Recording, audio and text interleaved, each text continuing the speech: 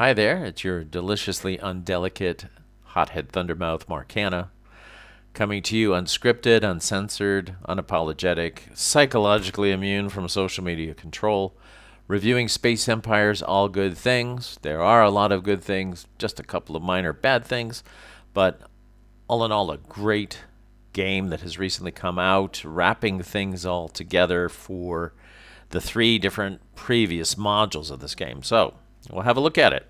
Let's move forward with that right now. Okay, folks, here we are with the new Axis Empires, all good things. Looking at the solo co-op scenarios here. And actually, I've set up the solitaire scenario. Just using the basic setup. I haven't played this for a number of years now, since I've been waiting and waiting and waiting for all good things to come out. They now have a master rule book. Oh, what am I doing? Messing up the galaxy already. Well, this is the Doomsday scenario after all. I'm going to have to reshuffle those. So basically, the master rule book incorporates all of the rules plus new rules from All Good Things. From Close Encounters, the original design, of course, and Replicators. Now, Replicators wasn't a great success, but it does add some alternative things. Also, there are some alternative empires now. As you can see, I'm using these Darice. These are now antiques. You cannot get these anymore, unfortunately. They were so perfect for war games. I love these things for storage. And depending on what game I'm playing, I will recycle them and use them for different games.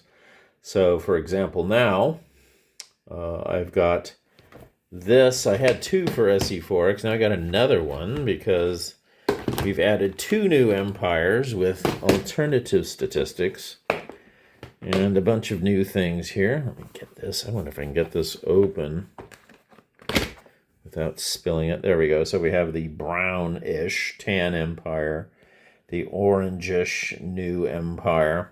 I guess they have missile boats and things like that. And these are a variety of optional effects that have now been added to the game. So all of that's good.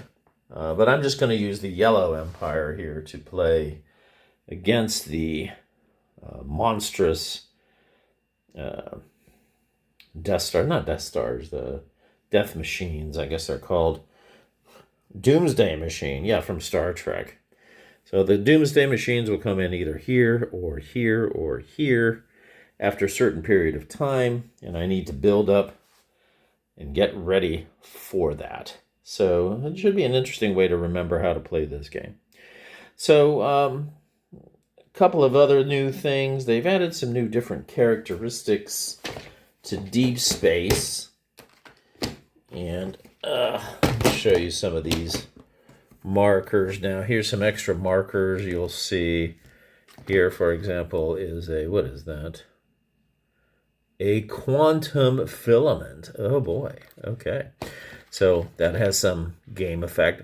You have to like all of the stuff that they put into this to make it one of the most interesting 4X games that's playable in a short period of time. I mean, as you can see, it's not a very large map, although it can get quite complex when you start really using industrial centers, research centers, all of the different optional rules, galactic cores, 4 players. They've also got a new AI bot, so if you want to play a cooperative or a competitive scenario solo, you can do that, whereas before you had to play both sides to the best of your ability. So now I suppose you can have 3 enemy bots playing blue, red, and green while you play yellow, and it will be unpredictable what they do. So we'll see how that all works out. Looking forward to this. Getting this back on the table. Got the master rule book here. The solo co-op scenarios here. And a beautiful book called The Card Manifest and Deep Space Attributes. And although it's not a graphical book, like some are. Oh, there goes my space area again. You do have all of the descriptions of all the different cards. So, anyway, that's probably what this is going to look like when the Doomsday Machines hit. Anyway, I'm going to have a good time with this. And we'll see. What else is in here? Oh, yes. They've given us these markers, these stand-up markers approach, where if you want to stand up your fleets, instead of putting them face down so that you can see them from your side. I don't know how well that will really work. Okay, so I'm not so sure how much I'll cover this. There isn't a Vassal module for this anymore. The old one is really obsolete. You have to download an old version of Vassal 3.2.17 in order to run it, and it still was buggy, and it won't have all the new stuff in it. I think you can play it on Board Game Arena. There might be also one on the other one that's available on Steam, but Vassal is really one of the easier ones to use. So anyway, that's all I have to report on this. We'll see how this goes. Hey everyone, so quick review here. You saw the components just now. Nice looking game, isn't it? It's really fun to look through all of that stuff and all the different things you can get to play with. You really can spur the imagination about the space battles you're going to have and all of that. The fact there's also a bot where the alien player can be simulated in a cooperative game. Sorry, not a cooperative, but even a competitive game is a real nice feature. I can't wait to try it out. So I haven't checked to see how well it works, but that's okay. One of the reasons, though, that I did buy this game was for the integrated manual, the rule book that combines all three games, the regular rule book, the Close Encounters rule book, the Replicators rule book, all of that stuff that's in all of those. Plus there's stuff for All Good Things that they added some other stuff in, like crew counters and all sorts of cool things. Everything's good that's being added. The thing is, they integrated this all into one master rule book, so hey, great, I don't have to keep going back to the Close Encounters rule book, the Replicators rule book. Everything's in one rule book, and then they've supposedly improved the solo co-op scenarios, which is something that was interesting to me because some of these were written in a very, I wouldn't say turgid manner, just sort of disjointed manner. They didn't hang together well. You couldn't get good answers because nobody really understood what they were trying to do. So hopefully a lot of that's cleared up, and that was one of the main reasons, I have to say, one of the primary reasons, not in, to say that I wouldn't want the additional empires that have missile boats. There's two of those, two new empires, a lot of new weird stuff that you can get in deep space. All of that cosmic stuff is great. Love that stuff. But that was only the second reason. One of the primary reasons for me was to get this cleaned up, this solo part. So what I did was I looked through this just to play it the first time. And I had to finally consolidate, and I did this in a post here. I'll move me out of the way. Did this in a post over here to BGG, noticing that in the rulebook it talks about the base rules and optional rules. There's no talk about advanced rules. But then when you get to this, there's talk about advanced rules. So I find that annoying because there are no advanced rules. So I asked on the BGG spot here, which you can get sometimes some good answers, but if people don't want to respond to it, that would be as in the designers or something. They don't necessarily like talking about stuff like this. So I wanted to say, okay, what are the advanced rules? If you're talking about in this rule book here about advanced rules, which ones are they? I don't care that they weren't parsed out in the first rule book, although I have to say in the master rule book, this should have been mentioned that such and such rules are advanced rules. These base rules include a section of advanced rules. How hard could that be? Well, apparently it was too hard to either fix the master rule book, or it was too hard to fix the solo co-op scenarios book to account for this. So I put this post up here, and a guy named Paul, I left the name blank for his last name to protect the innocent, and I took off his avatars and things like that.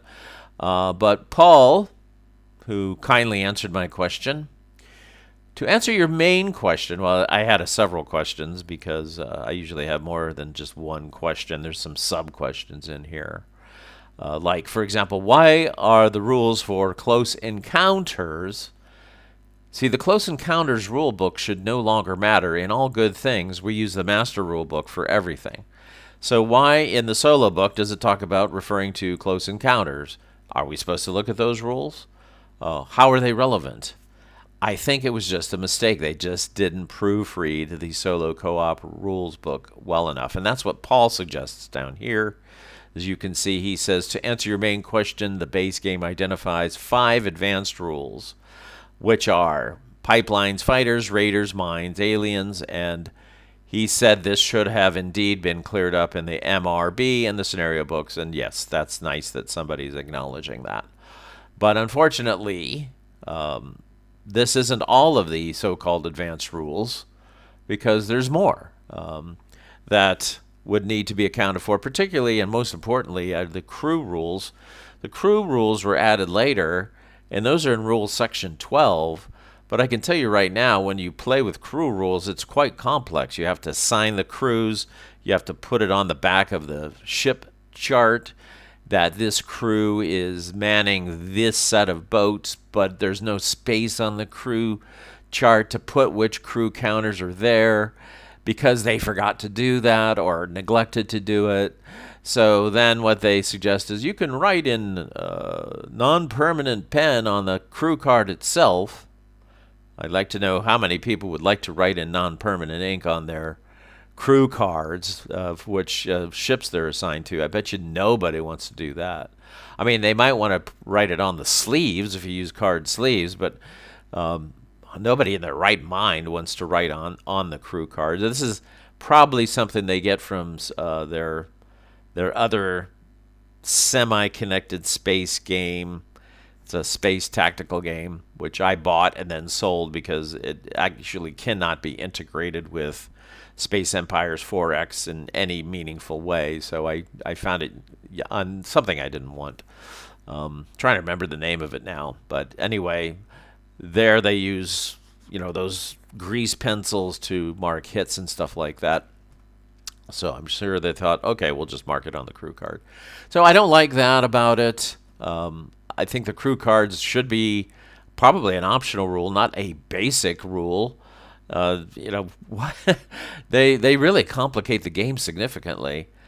So that just does not make sense. And I think he did it because a lot of the crew cards are named after players who play tested or were dedicated to certain players or some razzmatazz like that. So he wanted to elevate, that would be Jim Crone, wanted to elevate the importance of crew cards in the basic game, but I think that was a mistake. So I disagree with that. But if you go through these rules, you will find that you do not need to refer to the old rules. You really don't need to know what the advanced rules are.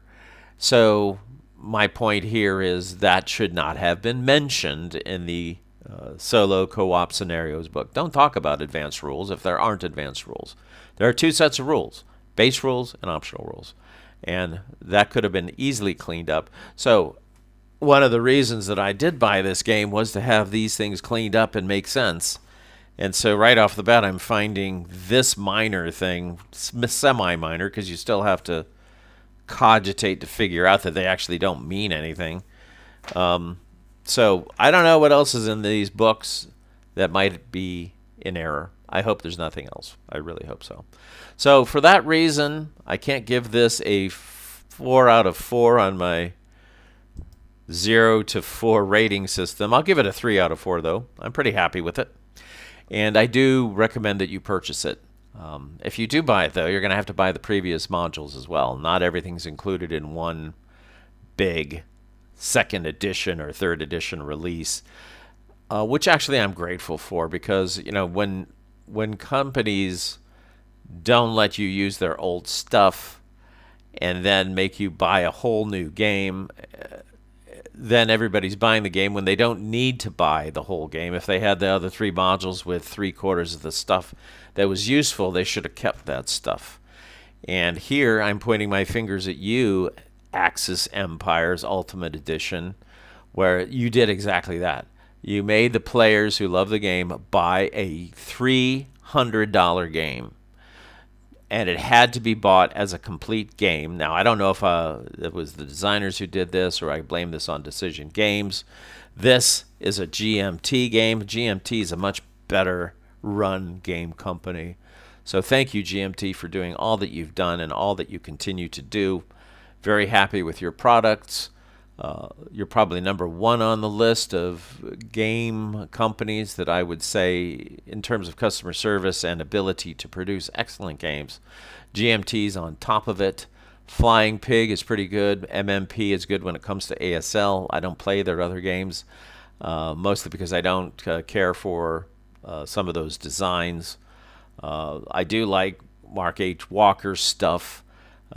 When he left Lock and Load and took his year off on his non-compete agreement and then started up Flying Pig Games. I like his games there.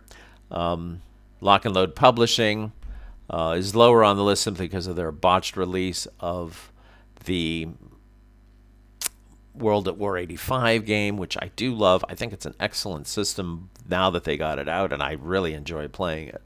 But anyway, I'm getting way off topic, but hey, I get to do that. This isn't Board Game Geek. This is my own video, so I can do what I want. All right, that's it. Signing out. I hope you like and subscribe to this. Please comment, though. I don't get enough comments from people saying why they hate it or why they like it. I guess the initial impression is, oh, they like this. I don't even know if they like it because they like the intro or outro, or if they like it because they like the sound of my voice or my haircut. Come on. Come on, peeps. Tell me why you like it or hate it. I don't really care what you have to say. Just say it. All right, that's all I have to say for now. Bye-bye.